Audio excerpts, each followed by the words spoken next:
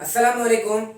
I am your physics teacher Muhammad Usman Haider and today we will discuss about Coulomb's law.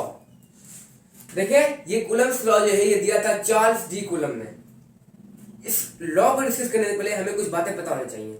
उन बातों में से एक बात ये है कि जो फोर्स बिटवीन टू चार्जेस उसको हम इस पूरी वीडियो में एज अ एफ डोनेट करेंगे, यानी जहां भी एफ आ जाए तो वहां पे आप समझ लेना कि दो चार्जेस के बीच में फोर्स की बात की जा रही है। ठीक है, फॉर एग्जाम्पल ये एक चार्ज है, ये दूसरी चार्ज है। इस चार्ज को हमने नाम दे दिया Q1, इस चार्ज को हमने नाम दे दिया Q2 और इसके बीच का जो डिस्टेंस है इसको हमने नाम दे दिया R से।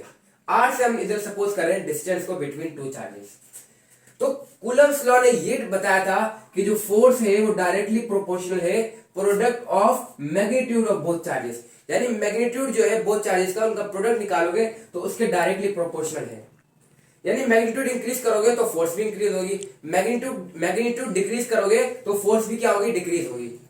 दूसरी स्टेटमेंट ये दी थी कि जो फोर्स है वो इनवर्सली प्रोपोर्शनल है रेडियस आर स्क्वायर के, रेडियस में आर स्क्वायर, यानी डिस्टेंस दो चार्जेस के बीच में डिस्टेंस है उनके स्क्वायर रूट के इनवर्सली प्रोपोर्शनल है। यानी डिस्टेंस अगर आप इंक्रीज करोगे तो फोर्स डिक्रीज होगी और डिस्टेंस अगर डिक्रीज करोगे तो फोर्स हमारे पास इंक्रीज होगी। आगे जाके और इसको एग्जांपल के साथ समझते हैं।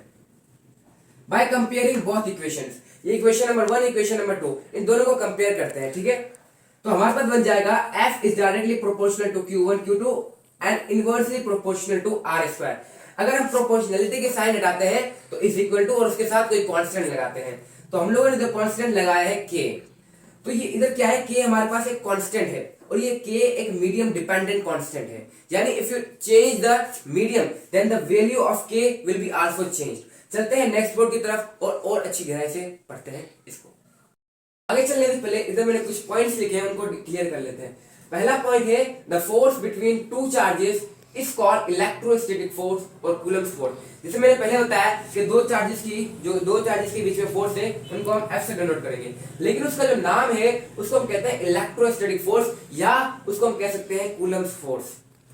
The attraction and repulsion between charges is due to this force, यानी दो चार्जेस के बीच में जो अट्रैक्शन होती है और रिपल्जन होती है वो भी इसी फोर्स की वजह से होती है।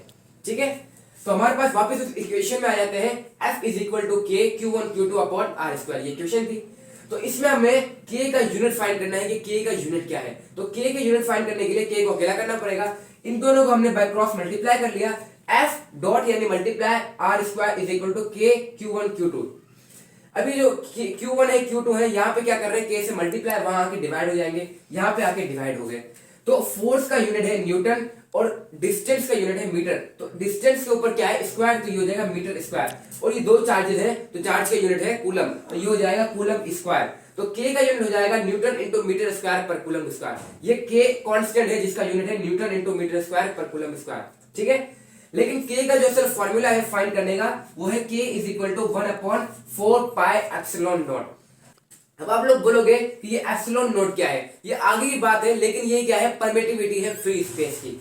यानी K को आप लोग, अगर आपको K की वैल्यू चाहिए तो आपको एप्सिलॉन नॉट की वैल्यू दी जाएगी या आपको एप्सिलॉन नॉट की वैल्यू फाइंड करनी पड़ेगी, तब आपको K की वैल्यू दी जाएगी। तो अब ये जो फोर्स का जो हमने फॉर्मूला निकाला था कूलम्स लॉ की जो इक्वेशन थी ये निकाली थी, इसमें हम K की वैल्यू पुट कर लेते हैं। K की वैल्यू ये वाली पुट कर लेते हैं 1/4 पाई एप्सिलॉन नॉट, डॉट का मतलब multiply Q1 Q2 upon R square. तो एक नई इक्वेशन बन गई। आपको K की वैल्यू नहीं दी जाए, एप्सिलॉन नॉट की वैल्यू दी जाए, तो आप ये वाला फॉर्मूला फाइंड करके, ये वाला फॉर्मूला हल करके इसमें से भी आप फोर्स मालूम कर सकते हैं। चलते हैं आगे और अच्छी तरह से इसको पढ़ते हैं। एप्सिलॉन नॉट बराबर है 8.85 multiply by 10 raise power -12 coulomb square newton into metre square. या एप्सिलॉन नॉट का यूनिट है कूलम स्क्वायर पर newton into metre square. K का यूनिट हमने फाइंड किया था वो था न्यूटन इंटू मीटर स्क्वायर पर कूलम स्क्वायर। अब जो एप्सिलॉन नॉट है वो K का इनवर्स है, इस वजह से इसका यूनिट भी क्या हो गया, इनवर्स हो गया। K बराबर है 1/4 पाई एप्सिलॉन नॉट। तो एप्सिलॉन नॉट की अगर आप वैल्यू पुट, अच्छा एप्सिलॉन नॉट की जो वैल्यू है ये भी तब होगी जब मीडियम हमारे पास एयर हो या वैक्यूम हो। तो K की वैल्यू हमारे पास क्या है, 8.99 multiply by 10 raise power 9 newton into metre square पर कूलम स्क्वायर। तो ये इस तरह से हो जाएगा 9 multiply by 10 raise power 9 newton into metre square पर कूलम स्क्वायर। लेकिन ये वैल्यू तब है जब हमारे पास दो चार्जेस के बीच में मीडियम एयर हो या हमारे पास वैक्यूम हो, कोई मीडियम ना हो, तब ये K की वैल्यू होगी।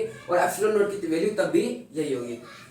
इसको और अच्छी तरह डिस्कस करते हैं। देखो दो चार्जेस है, उसके बीच में मीडियम क्या है, एयर है। अगर दो चार्जेस के बीच में मीडियम एयर है तो उसकी के की वैल्यू होगी 9 multiply 10 raise power 9 newton into metre square पर कूलम स्क्वायर। देखो अब जो है कूलम्स लॉ को और अच्छी तरह डिस्कस करते हैं। जो शुरू में मैंने आपको डिस्टेंस वाली एग्जांपल दी थी। देखो इधर हमारे पास क्या है, डिस्टेंस ज्यादा है, डिस्टेंस मैंने लिख दिया ग्रेटर, हमें पता नहीं कितना है, ग्रेटर है, डिस्टेंस ज्यादा है। और डिस्टेंस को अगर हमने चार्ज के डिस्टेंस को हमने कम कर दिया तो हमारे पास फोर्स क्या हो जाएगी, इंक्रीज हो जाएगी। अब ये आगे जाके हम पढ़ेंगे कि इलेक्ट्रिक फील्ड इंटेंसिटी हमारे चैनल का नाम भी है। तो आगे जाके ये पढ़ेंगे इलेक्ट्रिक फील्ड इंटेंसिटी के दूर आते रहोगे तो इलेक्ट्रिक फील्ड इंटेंसिटी कम होती रहेगी। इंशाल्लाह आपको वीडियो में मजा आया होगा। तब तक के लिए अल्लाह।